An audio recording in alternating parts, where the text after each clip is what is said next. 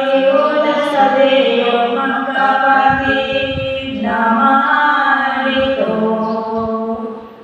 Ang malikot na ulan, dalawang taong magalang.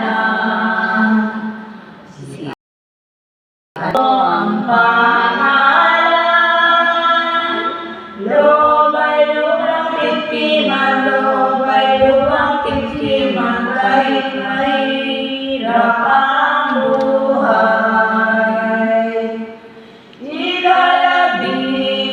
Ikalabinsan ito na apostoles ni Cristo, ay si Simon Cananeo.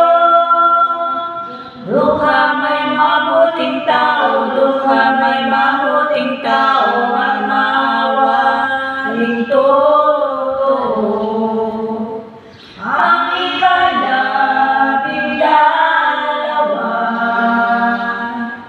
si Judas at Biliban, Iskariote palamaran, nasa kasaki-manggala, nasa kasaki-manggala, nagpakasamang talaga. Ang labing-dalawang ito, dukat na tao,